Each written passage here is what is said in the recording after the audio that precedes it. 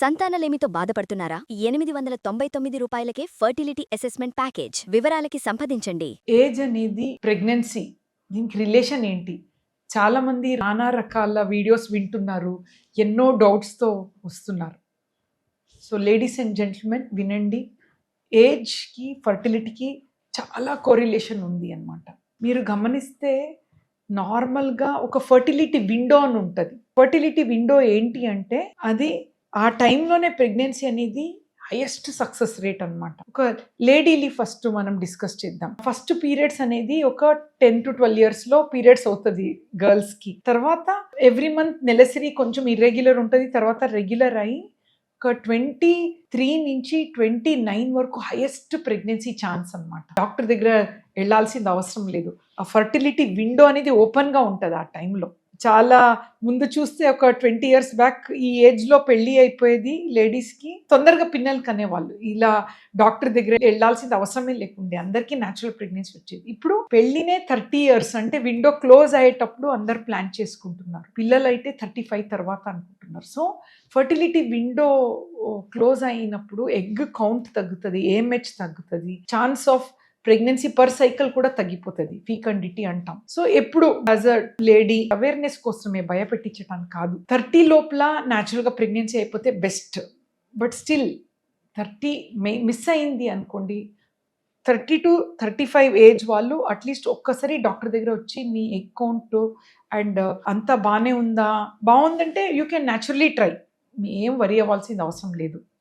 35 తర్వాత అంటే ఆల్మోస్ట్ పీక్గా తక్కువ అవుతూ ఉంటుంది egg.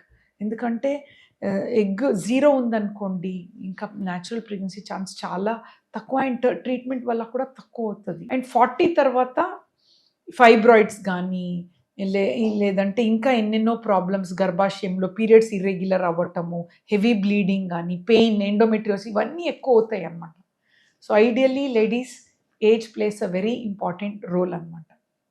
Not only quantity, quality. ఎందుకంటే పుట్టే బేబీ ఎవరికైనా హెల్తీ బేబీ కావాలి కదా. యాజ్ లేడీ ఏజెస్ అది సెల్లో ఏముంటుందంటే సైటోప్లాజం న్యూక్లియస్ అని ఉంటుంది. ఆ న్యూక్లియస్ ప్రాబ్లం వల్ల పుట్టే బేబీలో డౌన్ సిండ్రోమ్స్ ఇవన్నీ ఉంటుంది. సో హెల్తీ బేబీ కావాలంటే తొందరగా ప్లాన్ చేసుకోవటం ఇంపార్టెంట్. ఉత్తి లేడీసే కాదు, జెంటిల్మెన్ మీరు కూడా వినండి. ఏజ్ రిలేటెడ్ మేల్స్కి అస్సలే ప్రాబ్లం కాదు అనుకోకండి. మేల్స్ ఎస్పెషలీ 43, 45 తర్వాత స్పెర్మ్ పారామీటర్లో క్వాంటిటీ కూడా పర్ ఇజాక్యులేట్లో 2.5 ml ఉన్నది తక్కువ అవ్వచ్చు, ఇన్ఫెక్షన్ ఛాన్స్ ఎక్కువ ఉండొచ్చు, డిఎన్ఏ ఫ్రాగ్మెంటేషన్ ఈ మధ్యలో ఎక్కువ చూస్తున్నాం. ఉన్న స్పెర్మ్లో డిఎన్ఏ కూడా డ్యామేజ్ అవుతుంది, అండ్ మొటిలిటీ కూడా తక్కువ అవుతుంది. మేల్స్ కూడా టూ మచ్ లేట్గా అంటే పిల్లలు ఎప్పుడైనా పిల్లలు అవ్వచ్చు అని అనుకోకండి. తొందరగా 40 years లోపల అవుతే బెస్ట్, బట్ స్టిల్ 45 లోపల ఇస్ బెటర్. 45 తర్వాత ఐ థింక్ ఇట్స్ లేట్ అన్నట్టు.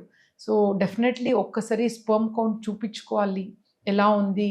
So end of the day there is treatment.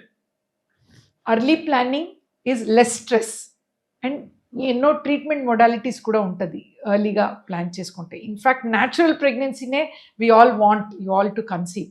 So highest chance ఉంటుంది అనమాట తక్కువ ఏజ్లో. But end of the day age miss అవుతుంది. అందరికీ తొందరగా ప్రెగ్నెన్సీ కాకపోవచ్చు because of family reasons, financial reasons. డాక్టర్గా we are there to help you. Late అవుతే కూడా ప్లీజ్ కమ్, డూ విజిట్. మీ జీన్స్తోనే ఒక పిల్లలతో వెళ్ళాలని మేము ఆశిస్తున్నాం. Thank you.